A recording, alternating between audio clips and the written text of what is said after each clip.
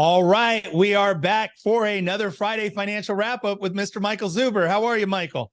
I'm doing really, really well, man. I just love our weekly catch up. It allows me to look back, allows me to just talk shop with a friend. And you make me better. So thank you for all of that. I love it. You make me better, man. I am learning so much hanging around with you. And anyway, let's get right into it. So you showed me something pre-roll. You showed me a book you ordered. Talk about that and tell people the story behind that book. Well, let's just tell the full story. So you and I 2 weeks ago were chatting about Back to the Future, right? Remember that?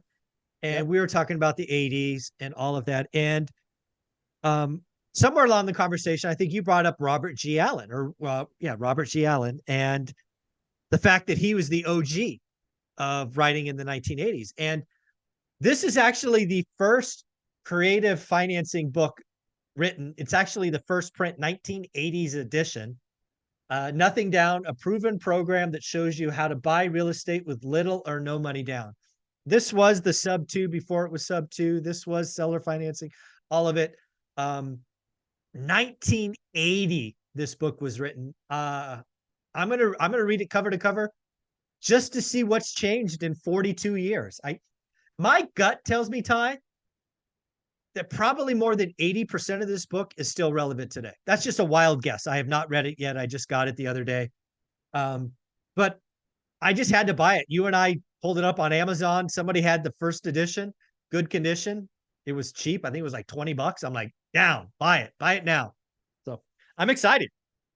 I'm excited for you and I'm excited with you because and I had mentioned this that when we did that show a couple of weeks ago, the very first book I had read about real estate was Robert G. Allen, and it was it was like the second edition or third edition called For the Nothing 90s. Down for the 90s. Yeah. And This so is Robert, the OG. the true OG where it all began. So I love it. I love it. So let's get into the show. This is for November the 3rd, 2023. Let's get into it. A big ruling, class action lawsuit against National Association of Realtors, as well as several large realty corporations. What was your takeaway from it? And more importantly, what does this mean going forward? How do you see the industry changing, if it's changing? Your thoughts on that? Yeah. So again, I think the headlines 1.8 billion gets a lot of talk. Just so you guys know, it's actually worse than that because it's an antitrust case. It's actually 1.8 times 3 is the ruling if it's an antitrust. So it's actually over a $5 billion fine if you really want to get technical with it. So that'll catch your attention. In reality, this is going to be appealed. My suspicion is this ends up in the Supreme Court sometime next year. So there's a lot more work to be done. Lawyers are going to make a killing off of this. All right. Not only with the existing case, but you've already seen in the last 48 hours more lawsuits being filed. Lawyers are going to make a lot of money. That's my first thought. Second, I think the real estate industry that brokers and agents have practiced for, I don't know, the last 50 years is going to be fundamentally different in 2 or 3 years. Not better, not worse, different. What do I mean by that? I think the likely resolution of all of this is sellers will have to pay a fee to sell called commission. It may be called something else, but there'll be some fee. But then where it all changes, Ty, and I'm not, to be clear, I'm not sure this is a good thing. Buyers will have to pay a fee or a commission. Yep. And the reason I'm not sure that's a good thing is I think about the first time home buyer who struggles to save 3.5 or 5% down. What if you're a VA or a veteran and you're supposed to get into a home for nothing down? How do you pay your side of the fee? Because again, if there is no buyer side, are we just supposed to? I mean, I can't imagine buyers not having representation. Now, experienced buyers like you and I, sure. But the person who buys one home in their lifetime, are we really going to let them out to dry? I mean, so I think the industry fundamentally changes. I don't know if it's good or bad. Um, but I think there will be a buyer's commission or a buyer's fee or a buyer's expense or something that they have to pay And yeah, that's how I think this all comes down. That's how I think it all kind of resolves in 2 or 3 years. Yeah, you so spot on. And we did not discuss this or plan for this pre-roll. This was an organic. I said, Michael, I want to hear your thoughts on how this is going forward. And I completely agree with you. I think that it is going to be a disruption. I think overall as an industry, the industry is bloated. And I'll say this, that a realtor who simply has MLS access, has a license, knows how to reasonably fill out the contracts, disclosure forms, and knows how to operate a lockbox. I've seen way too many of those folks get in the business during good times, balling, driving BMWs and Benzes, running around like hot shots with all due respect, no real skill sets and not Marginal really bringing value. a lot of value to the table. Would you agree, Michael?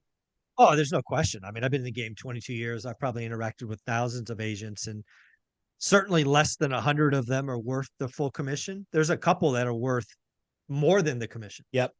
But there's a ton that aren't worth the commission being paid. And let's be clear, the sellers are paying for that. So me as a buyer didn't really care.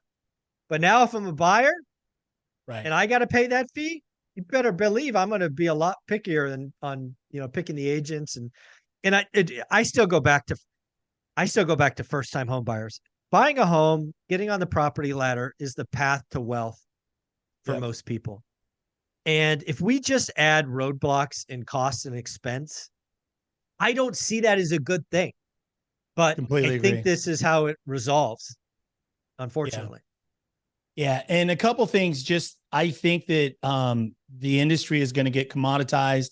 I think players like a Redfin or other similar situations, that a lot of these realtors are basically going to become like DoorDash drivers or Uber drivers, get a ping, get a much smaller fee for providing some access and things of that nature. But I do still believe there's a lot of agent specialty people that bring value. And I also want to say too, for the one real at a time audience, even especially for realtors who are operators, like in the wholesaling business, 100% in wholesaling, when I wholesale deals, it's a buyer paid commission. The investor is actually paying me for bringing the deal, putting the deal together. And I see the same thing going forward. However, I do agree with Michael. I think long-term, there's got to be something a little bit more reasonable, because I think the low income first-time buyer, I think that they get really pushed out of the market. If you really look 20 or 30 or 40, 50 years from now, I believe that the small first-time buyer will get squeezed out, or it's one of those situations where in negotiation, it's kind of like asking for closing costs. It could be. Hey, but will you pay my buyer's broker their 2.5%? And it gets negotiated. It could be banked in the loan. It could be, I mean, there's lots of things that could happen, but ultimately the buyers are going to have to pick up some of that. Now, is that in a closing cost? Are you raising the price? Lots of ways it can be sliced and diced. But I think the net of all of this is sellers won't be paying both sides. Yeah. Unless it's negotiated that way. And one more curveball before we move on, because we are going to move on. But I want to just say also too, that the last 10 years has been very low inventory, generally speaking. Even back from REO days, the government stepped in. And even though there were a lot of bank foreclosures, we've still, for the last 10 years, have been low inventory. We have not been out of balance in what would be considered a buyer's market. So I worked in markets where we had to pay out 3.5% and 1% bonuses to buyer's agents. And let's be really clear. The pendulum will swing the other way, and you will have sellers out there begging for buyer's agents to bring their buyers through. I believe that that's still very possible. So let's not be so short-sighted that we overcorrect on this, legislatively or otherwise, that, we just think the buyer's broker has no value, because that's not true either. Last thoughts on this, Michael? I think this is an earthquake tsunami. Again, the industry will change. It won't change tomorrow. It'll evolve over the next couple of years. But again, it might be a great thing. Yep. Might be a great thing.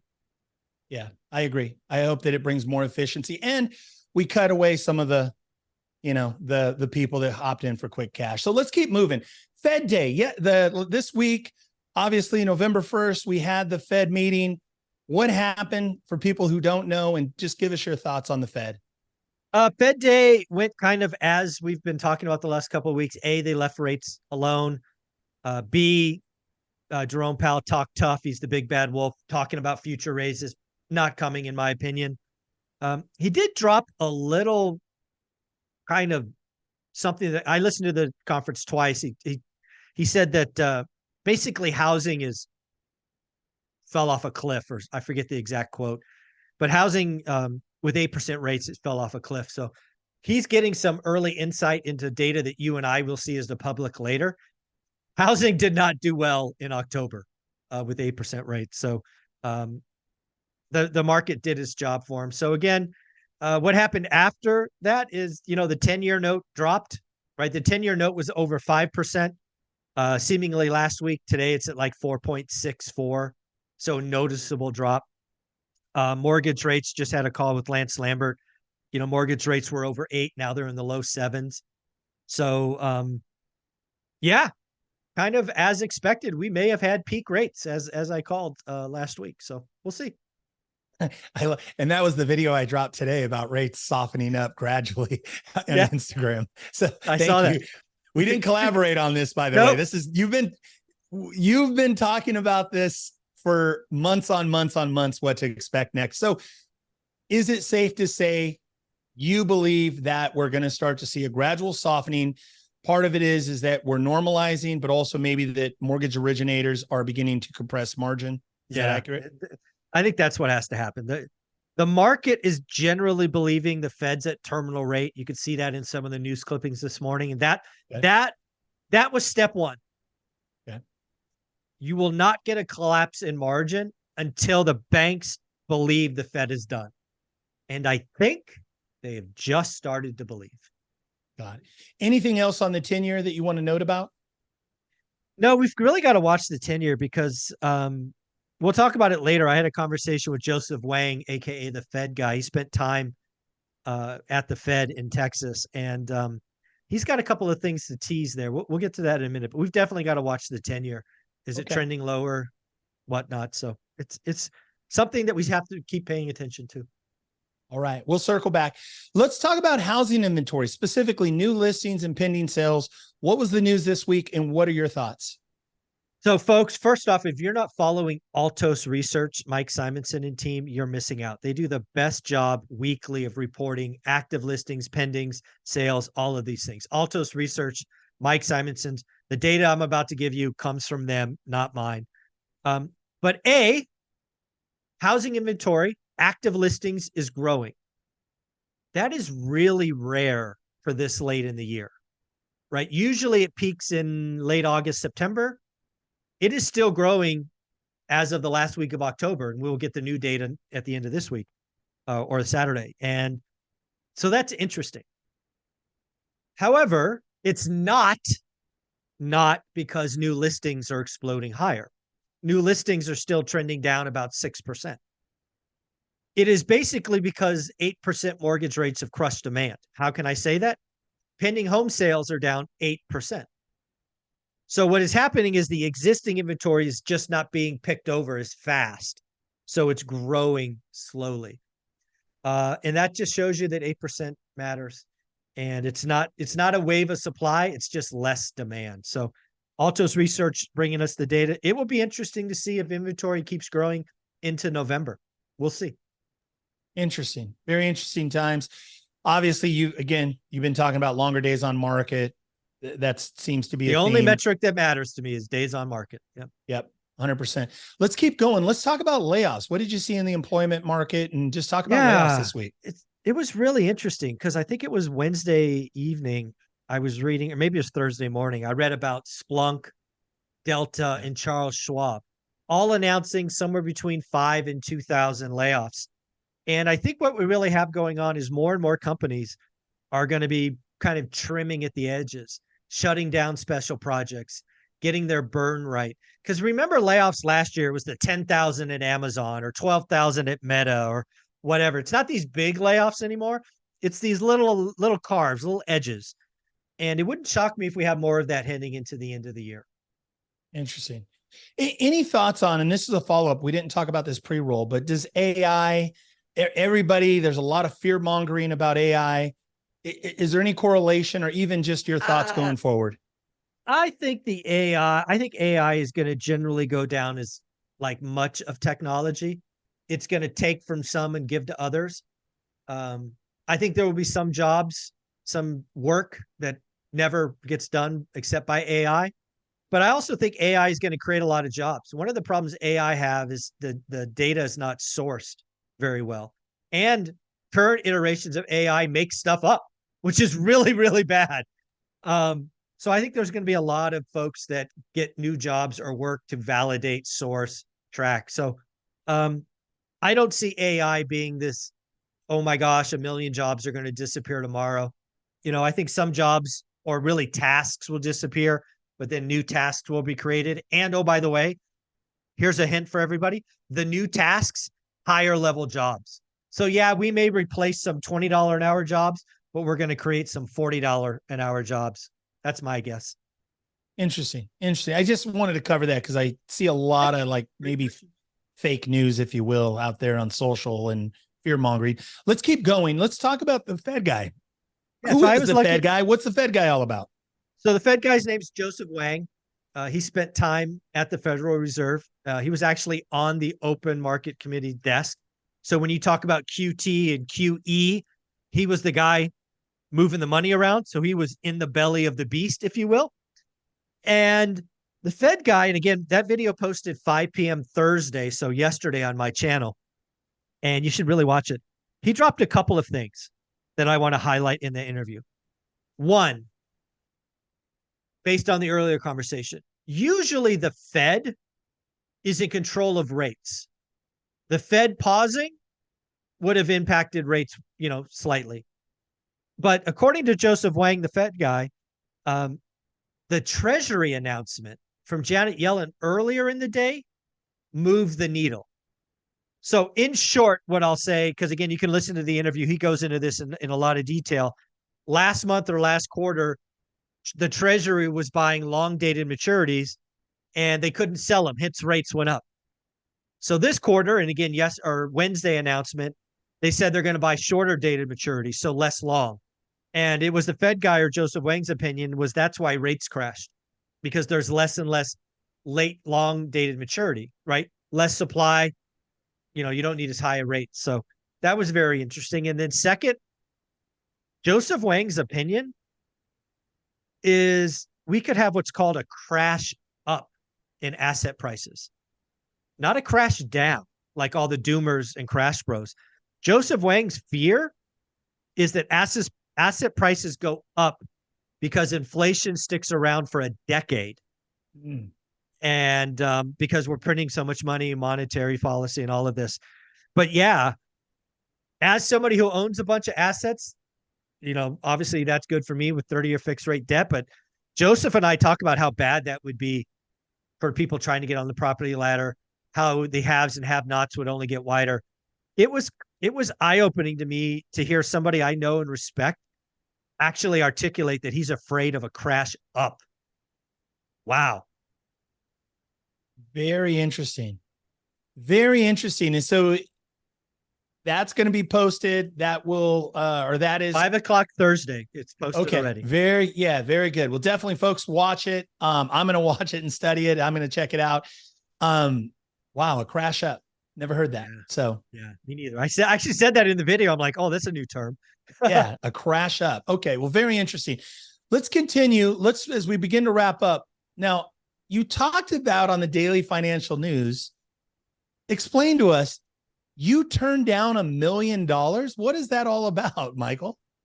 Yeah. So I don't know if people know this, but when you get a channel growing, you have books, you have courses, sometimes outside firms will reach out to you and offer to essentially buy your intellectual capital.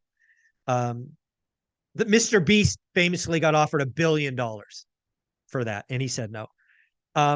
Basically, I was offered, and I had a discussion. I want to be clear with everybody. I thought about this offer for about a day. Basically, there was an organization that said, I want to buy one rental at a time courses, all of them. I want to create a package.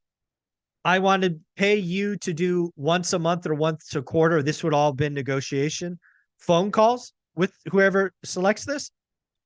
And we're going to sell that for $5,000, and you have to stop selling everything else. You can keep doing YouTube, but on the YouTube feed, instead of listing your courses and your books and all of this, you have to say, book a call with us, was basically the trade-off. And they were willing to pay me 7 figures to do that. We had some emails, and we actually had a phone conversation. And I'm sure the devil was in the details, and I'm sure there was more stuff, but I thought about it, and I politely declined. I declined for 2 reasons. One, there's always more overhead than what's promised, right? They were going to start making me do things that I didn't want to do, was my thought. But again, $1 million, you probably have the right to have me do this or that, I'm sure. But the real reason I said no, and this annoyed me. They wanted to sell everything I've created for $5,000. That was the sticker they were telling me. And when I thought about it, when I talked to Olivia about it, it would have gone against everything that I'm trying to do here. I'm trying to create something that Mike Zuber at 30 could have done. Let me just tell you right now, Mike Zuber at 30 would not have spent $5,000 to learn how to get started one rental at a time. He may have spent $400. He may have joined a community with thousands of other people. He certainly would have watched YouTube and bought a $15 or $30 book, no question. But I wouldn't have spent $5,000. And I have no doubt, because this company that reached out to me knows people that I know. And I called those people and I said, hey, do you like them? Did they do what they say? Did they pay you? All checked out. But God damn it, I don't want to make rich people richer. I want to help Mike Zuber, who just busted out of the stock market, buy his first rental. And I felt if I said yes to that, I would have gone against everything I've tried to build the last 5 years. So I politely declined a 7-figure paycheck so that I can have complete control and do the things that I want to do. So yeah, I turned down 7 figures. Yeah. I love it. And you know what I love most about that, and I know that, again, how we met and just the whole idea is that you're about the community, you're about the people, and you're about making this information accessible and about helping people get started, thus the name, one rental at a time. And it really is the small guy. When you refer to the 30-year-old Mike, Michael Zuber, the young Michael Zuber, it's about reaching out and helping people get started. And there's no doubt here, Michael, I know that you're for people, and it's people first. So man, wow. Yeah, I did think about it though. I will admit to considering it for about 12 hours. I thought about it. I will say too, though, this, and I'll say this, just intellectual business mind.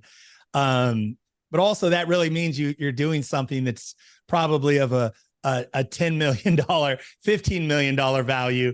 And that ultimately the same thing that we always say, and I always say this all the time to you, both privately and publicly, that you're giving this stuff away, your prices are too low, and that, you always give a tremendous value for the amount of investment of your courses and things. And that's not smoke. That's literally, that's real talk. So, and that just validated that. Yeah. Believe me, that offer validated what we're doing works. And it felt good. It gave me pause. But thankfully, I guess I can't be bought for $1 million. Maybe there is a number. I mean, if you gave me $1 billion, I'd sign it over. I'd give you everything. But that wasn't the offer. It was $1 million. And I could say no to $1 million, apparently. I love it.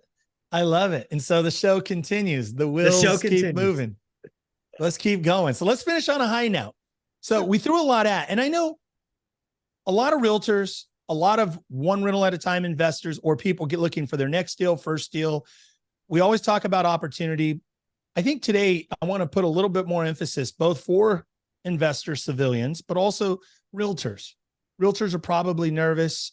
This NAR thing, there's a little bit of a shakeup. Oh my God, what's going to happen next?